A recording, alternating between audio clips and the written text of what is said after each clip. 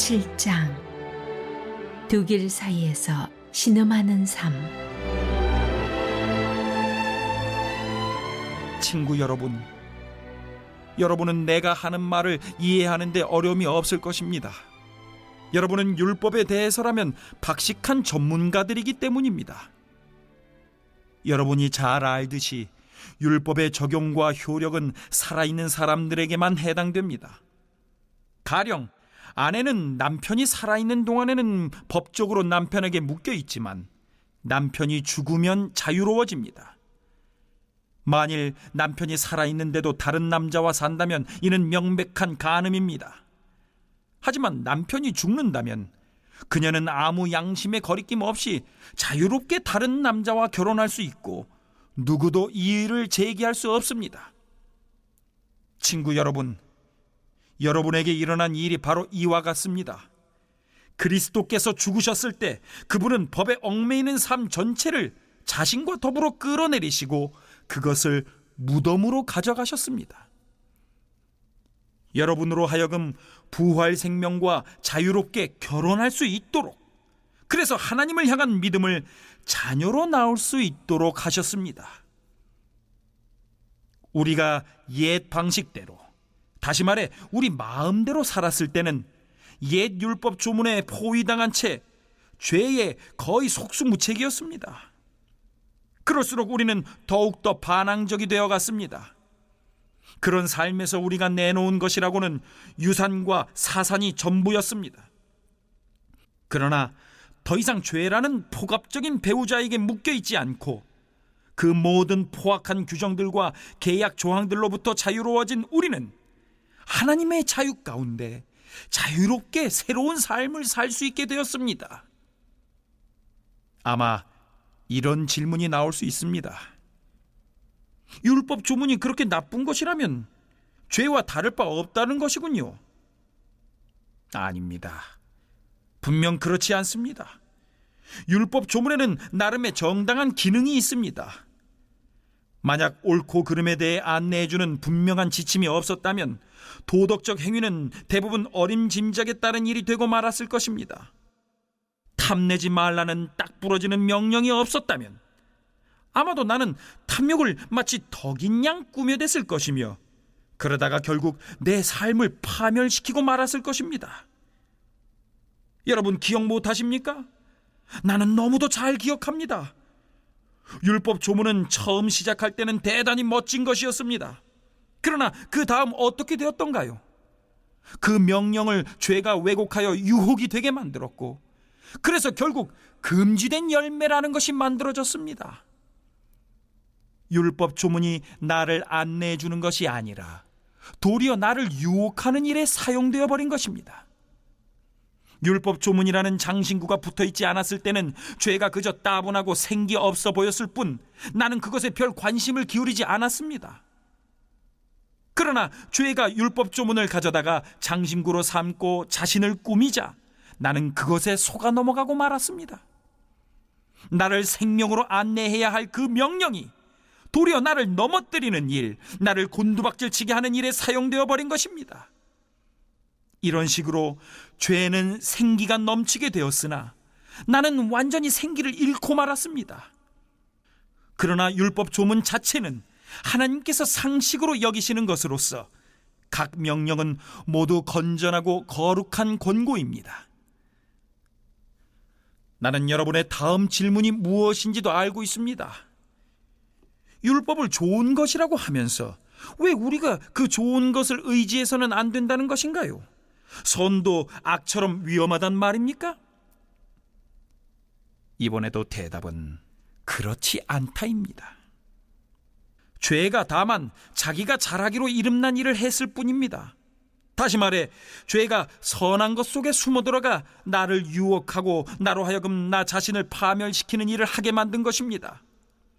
죄는 하나님의 선한 계명 속에 숨어서 자기 혼자 할 수 있는 것보다 훨씬 더 큰 해악을 끼칠 수 있었습니다.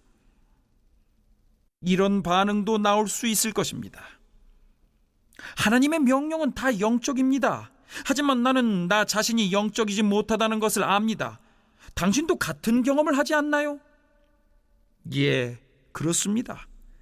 나는 나 자신으로 가득합니다. 정말 나는 오랜 시간을 죄의 감옥에 갇혀 지냈습니다. 내가 내 자신에 대해 이해하지 못하는 것이 있습니다. 나는 늘 결심은 이렇게 하지만 행동은 다르게 합니다. 나 자신이 끔찍히도 경멸하는 행동들을 결국 저지르고 맙니다. 이처럼 나는 무엇이 최선인지를 알아서 실천에 옮길 수 있는 사람이 못 됩니다. 내게는 분명 하나님의 명령이 필요합니다. 사실 내게는 명령 이상의 무언가가 필요합니다. 율법을 알면서도 지키지 못하고 내 속에 있는 죄의 세력이 계속해서 나의 최선의 의도를 좌초시키고 있다면 분명 내게는 다른 도움이 필요한 것입니다. 지금 내게는 있어야 할 것이 없습니다. 나는 뜻을 품을 수는 있으나 그 뜻을 행동으로 옮길 수는 없습니다. 나는 선을 행하기로 결심하지만 실제로는 선을 행하지 않습니다. 나는 악을 행하지 않기로 결심하지만 결국에는 악을 저지르고 맙니다. 나는 결심하지만 결심만 하지 행동으로 이어지지 않습니다. 내 내면 깊은 곳에서 무엇인가 잘못된 것입니다. 그래서 나는 매번 패배하고 맙니다. 이는 너무도 반복적으로 일어나는 일이어서 충분히 예측할 수 있습니다. 내가 선을 행하기로 결심하는 순간 벌써 죄가 나를 넘어뜨리려고 와 있습니다. 내가 정말 하나님의 명령을 즐거워하지만 내 안의 모든 것이 그 즐거움에 동참하는 것은 아니라는 사실 또한 분명합니다. 내 안의 다른 부분들이 은밀히 반란을 일으켜서 가장 예상치 못했던 순간에 나를 장악해버립니다. 내가 할 수 있는 일을 무엇이든 해보았지만 결국 아무 소용이 없습니다. 나는 벼랑 끝에 서 있습니다. 이런 나를 위해 무엇인가 해줄 수 있는 이 누구 없습니까? 정말 던져야 할 질문은 바로 이런 것이 아닙니까? 감사하게도 답이 있습니다. 바로 예수 그리스도께서 그 같은 일을 하실 수 있고 또 하신다는 것입니다. 마음과 생각으로는 하나님을 섬기고 싶어 하지만 죄의 세력에 끌려 전혀 엉뚱한 일을 행하는 우리의 모순 가득한 삶 속에 들어오셔서 그분은 모든 것을 바로 세우는 일을 행하셨습니다. 형제들아, 내가 법 아는 자들에게 말하노니 너희는 그 법이 사람이 살 동안만 그를 주관하는 줄 알지 못하느냐. 남편 있는 여인이 그 남편 생전에는 법으로 그에게 매인받으나 만일 그 남편이 죽으면 남편의 법에서 벗어나느니라. 그러므로 만일 그 남편 생전에 다른 남자에게 가면 음녀라. 그러나 만일 남편이 죽으면 그 법에서 자유롭게 되나니 다른 남자에게 갈지라도 음녀가 되지 아니하느니라. 본문 배경은 로마서 6장 14절로 15절입니다. 1절로 6절에서 설명하고 있는 것은 죄와 율법의 관계인데요. 기본 논리는 율법이 사람이 사는 동안만 주관할 수 있고 사람이 죽으면 주관할 수 없다는 것입니다. 그 메타포로 결혼제도로 설명을 하시고 있습니다.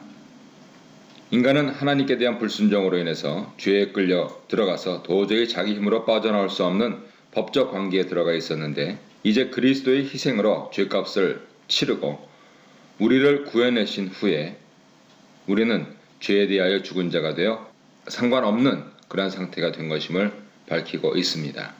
하나님의 은혜입니다. 4절입니다. 그러므로 내 형제들아 너희도 그리스도의 몸으로 말미암아 율법에 대하여 죽임을 당하였으니 이는 다르니 곧 죽은 자 가운데서 살아나신 이에게 가서 우리가 하나님을 위하여 열매를 맺게 하리 함이라. 우리가 육신에 있을 때에는 율법으로 말미암는 죄의 정욕이 우리 지체 중에 역사하여 우리로 사망을 위하여 열매를 맺게 하였더니 이제는 우리가 얽매였던 것에 대하여 죽었으므로 율법에서 벗어났으니 이러므로 우리가 영의 새로운 것으로 섬길 것이요 율법 조문에 묵은 것으로 아니할지니라. 아직 문제가 되는 것은 중간에 껴있는 율법과의 관계입니다. 율법 자체가 악은 아니지만 죄에게 이용당했습니다. 바울이 주장하는 것은 더 이상 율법에 대해서 얽매일 필요가 없다는 것입니다. 그 이유는 율법 시대가 그리스도의 죽음과 부활로 끝이 났기 때문입니다. 4, 5절에서는 열매의 문제를 건드리고 있는데요. 율법에 얽매여 있을 때 맺었던 사망의 열매는 불가피한 것이었는데 더 이상 율법이 죄의 정욕을 통해 우리를 얽매이지 못하는 그러한 상태가 됐을 때 이제 성령의 새로운 것으로 새로운 죄인인 하나님을 섬겨서 하나님을 위해 열매 맺는 삶을 살 수 있게 되었다 말씀하고 있는 것입니다. 그래서 더 이상 무엇을 해야 하고 무엇을 못하고 하는 경지의 율법 종교에서 벗어났음을 의미합니다. 문제는 새 생명을 가지고 뭘 할 것인가, 즉 누구를 위한 열매를 맺고 살 것인가, 결혼에 비유하자면 누구의 아이를 낳을 것인가 하는 것이 핵심인 것이죠. 그래서 성령의 열매는 다른 영혼이 살아나게 하는 영의 열매로서 바로 우리가 맺어야 할 하나님을 위한 열매다라고 하는 말씀을 하고 있는 것입니다. 7절입니다. 그런즉 우리가 무슨 말하리요? 율법이 죄냐? 그럴 수 없느니라. 율법으로 말미암지 않고는 내가 죄를 알지 못하였으니 곧 율법이 탐내지 말라 하지 아니하였더라면 내가 탐심을 알지 못하였으리라. 율법 자체가 죄인가? 라는 오해가 생길 수 있습니다. 하나님이 율법을 주신 이유는 율법을 통해 죄를 깨닫게 하려는 것이지 율법 자체가 악하지 않다 하는 것이 바울의 기본 입장입니다. 하나님께서 주신 것은 다 선한 것이고 목적이 있다라고 하는 근본적인 생각이 깔려 있습니다. 율법은 죄에게 악용되어서 인간을 사로잡는 도구로 사용되었는데 그 핵심이 죄의 능력이 나의 바깥에서만 역사하는 것이 아니라 나의 안으로 들어와서 안까지 지배하고 있다 하는 것이죠. 죄는 율법을 교묘하게 이용해서 내 안의 탐심, 이전에 사욕을 일으켜서 나의 내면까지 장악해 버리고 있는 것입니다. 지금 바울이 가리키고 있는 것은 십계명의 10번째 계명입니다. 다른 계명들을 뛰어넘어서 이 계명을 언급하고 있는 이유는 9제까지 계명은 모두 외면으로 드러나는 행동에 관한 것이지만 10번째 계명은 근원적인 내면 문제를 다루고 있기 때문이죠. 8절 보겠습니다. 그러나 죄가 기회를 타서 계명으로 말미암아 내 속에서 온갖 탐심을 이루었나니 이는 율법이 죽으면 죄가 죽은 것입니다. 전에 율법을 깨닫지 못했을 때는 내가 살았더니 계명의 이름에 죄는 살아나고 나는 죽었도다. 생명에 이르게 할 그 계명이 내게 대하여 도리어 사망에 이르게 하는 것이 되었도다. 죄가 기회를 타서 계명으로 말미암아 나를 속이고 그것으로 나를 죽였는지라. 이러보건대 율법은 거룩하고 계명도 거룩하고 의로우며 선하도다. 죄가 탐심을 일으키는 방법은 남의 것이 더 좋고 더 커 보이게 하는 욕구, 그 욕심을 들춰내는 데 있습니다. 이 문제에 대해서 바울은 8장에서 자세히 설명합니다. 7장에서 바울은 율법이 선하다는 사실, 그것을 변호하는 동시에 그리스도 밖에서 그리스도를 알지 못하는 아담과 같은 존재인 유대인들의 곤란한 상태를 보여줌으로써 율법을 통해서는 그들이 도저히 그 상태에서 빠져나올 수 없다라고 하는 사실을 보여주고 있습니다. 계명은 생명을 주어야 하는데도 죄는 영리하게 오히려 계명을 통해 기회를 타서 인류를 속이고 죽게 하였던 것이죠. 사도 바울의 논거는 창세기 2장 3장에 근거하고 있습니다. 아담의 경험을 통해서 뱀이 속이고 죽게 만들 때 죄가 기회를 타서 창세기 2장 16절에 계명을 악용해 유혹했고 그 유혹이 아담과 하와에게 넘어갔다 하는 말씀입니다.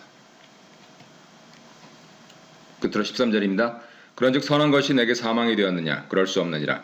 오직 죄가 죄로 드러나기 위하여 선한 그것으로 말미암아 나를 죽게 만들었으니 이는 계명으로 말미암아 죄로 심히 죄되게 하려 함이라. 중요한 것은 하나님의 계획 안에서 이 모든 일이 일어나도록 하나님께서 그대로 내버려 두셨다는 것입니다. 죄가 그 정체를 드러냈을 때 죄 문제를 해결하신 것입니다. 그 죄는 하나님을 반대하는 다른 주권 형태로 그 모습을 드러낸 것이고 하나님은 예수 그리스도의 십자가를 통해 죄의 문제를 결정적으로 해결하신 것입니다. 십자가의 은혜의 능력이 죄의 능력을 삼켜버린 것입니다.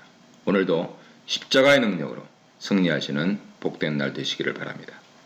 우리가 율법은 신령한 줄 알거니와 나는 육신에 속하여 죄 아래 팔렸도다. 여기서 우리가 주어로 되어 있는 점에 유의하십시오. 독자들 그리고 사도 바울 자신을 포함하는 수사법인데요. 12절에서 바울은 율법을 거룩하고 선하고 의롭다라고 선언했는데 이제는 신령하다라고 묘사하고 있습니다. 그에 비해 나는 신령하지 못하다고 말합니다. 우리는 나의 상태와는 다른 그리스도 안에 있는 사람들로서 율법의 신령함을 알고 있지만 나는 육신에 속하여 신령하지 못하다는 뜻입니다. 율법 때문에 신령하지 못한 상태에 있는 것이 아니라 율법 아래 노예로 팔렸기 때문에 신령하지 못한 것입니다. 15절입니다. 내가 행하는 것을 내가 알지 못하노니 곧 내가 원하는 것은 행하지 아니하고 도리어 미워하는 것을 행함이라. 만일 내가 원하지 아니하는 그것을 행하면 내가 이로써 율법이 선한 것을 시인하노니 이제는 그것을 행하는 자가 내가 아니요 내 속에 거하는 죄니라. 내 속 곧 내 육신에 선한 것이 거하지 아니하는 줄을 아노니 더 남은 내게 있으나 선을 행하는 것은 없노라. 내가 원하는 바 선은 행하지 아니하고 도리어 원하지 아니하는 바 악을 행하는도다. 만일 내가 원하지 아니하는 그것을 하면 이를 행하는 자는 내가 아니요 내 속에 거하는 죄니라. 육신에 빠진 나의 고통을 15절로 20절에서 설명하고 있습니다. 내 안에 나뉜 자아가 혼돈되고 곤란한 상태. 첫 창조 시절의 처음을 연상시키죠. 계속 고통받고 있는 모습이 그려지고 있습니다. 율법대로 행하려고 하는 의지는 분명히 있지만 행할 수 없는 상태에 빠져 고통받는 모습입니다. 이를 두 번에 걸쳐서 반복하고 있는데요. 14절로 17절에서는 우리가 알거니와 하고 있고요. 18절로 20절까지 내가 아노니 라고 반복하고 있습니다.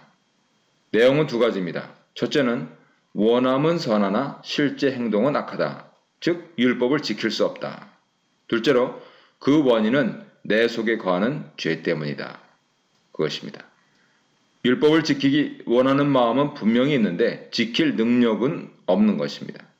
죄가 점령해버린 우리 내면의 세계, 인류의 내면 세계와 더불어서 또한 밖에서 우리를 노예로 만들고 종으로 살게 만드는 상태가 지속되기 때문에 실제 행동으로 실행되지 못하는 결과를 낳게 된다는 것이죠. 아무리 선한 것을 사모하더라도요. 게다가 율법을 알게 된 다음에 무엇이 옳은지 그른지도 알게 되어서 그 고통이 더 심해진 것입니다. 그 원인이 바로 죄 때문이라 하는 말씀이죠. 21절입니다. 그러므로 내가 한 법을 깨달았노니 곧 선을 행하기 원하는 나에게 악이 함께 있는 것이로다. 내 속사람으로는 하나님의 법을 즐거워하되 내 지체 속에서 한 다른 법이 내 마음의 법과 싸워 내 지체 속에 있는 죄의 법으로 나를 사로잡는 것을 보는도다. 세 번이나 반복해서 결론을 내립니다. 전쟁 상태에 있다고요. 내 속에 선과 악, 율법과 죄 두 원리가 같이 있기 때문에 계속 갈등이 일어나며 순종의 행동으로 연결되지 않는다는 것입니다. 행동으로 연결되지 않는 이유 때문에 나는 계속해서 절망을 경험합니다. 사도 바울은 마치 경기 관전자처럼 이스라엘의 경험을 관찰, 보다라고 하는 것으로요. 관찰하고 있음을 드러내고 있습니다. 끝으로 24절입니다. 오호라 나는 공고한 사람이로다. 이 사망의 몸에서 누가 나를 건져내랴. 우리 주 예수 그리스도로 말미암아 하나님께 감사하리로다. 그런즉 내 자신이 마음으로는 하나님의 법을 육신으로는 죄의 법을 섬기노라. 죄가 바깥에서 노예 삼고 있을 뿐 아니라 나의 내면까지도 침투해서 괴롭히고 장악하고 있어서 아무것도 하지 못하는 상태에 빠져버린 비참한 상태를 묘사하고 있습니다. 이스라엘의 모습이고 이방인의 상태입니다. 죄의 능력이 인간의 내면으로 들어와서 장악했고 그 죄성이 바깥으로 드러날 때 공동체가 파괴되는 현상이 일어나고 인류는 파괴되어가는 공동체에서 같이 신음하며 고통받고 있는 것입니다. 하나님의 영이 우리 내면에 없는 상태에서 육신에 속해 고통받는 모습을 보여주고 있는 것이죠. 여기 7장에 나는 아담에 속해 있는 이스라엘의 모습입니다. 바울 자신이 아니고요. 또한 그리스도를 믿은 다음의 바울도 아닙니다. 나는 첫째 아담으로 대표되는 이스라엘이고 더 나아가 인류 전체에 적용될 수 있는 부분도 있는 것이죠. 바울은 나를 통해서 그리스도 안에 있는 사람의 관점에서 그리스도 밖에 있는 사람들이 경험하는 것을 묘사하고 있는 것입니다. 과연 죄에 팔려있는 상태에서 사망의 열매를 향해 가고 있는 나를 누가 구할 수 있겠는가? 바울의 답은 오직 예수 그리스도밖에는 해결책이 없다는 것입니다. 죄가 아담의 불순종으로 인하여서 인류에게 침투해 들어왔고 과거형으로 쓰고 있습니다. 그 죄가 율법을 받은 후에도 율법까지도 장악해서 계속 왕노릇하고 있는 것입니다. 현재입니다. 오직 주 예수 그리스도를 통해서 성령 안으로 가지 아니하면 소망이 없다는 것입니다. 이제 8장으로 넘어가서 성령 안에서 어떻게 죄의 문제를 해결할지 풀어놓기 전에 마지막으로 바울은 본문을 이렇게 요약합니다. 내 자신이 마음으로는 하나님의 법을, 육신으로는 죄의 법을 섬기느라. 사랑하는 성도 여러분, 영육이 아울러 하나님의 법을 섬기시는 복된 날이 되시길 바랍니다.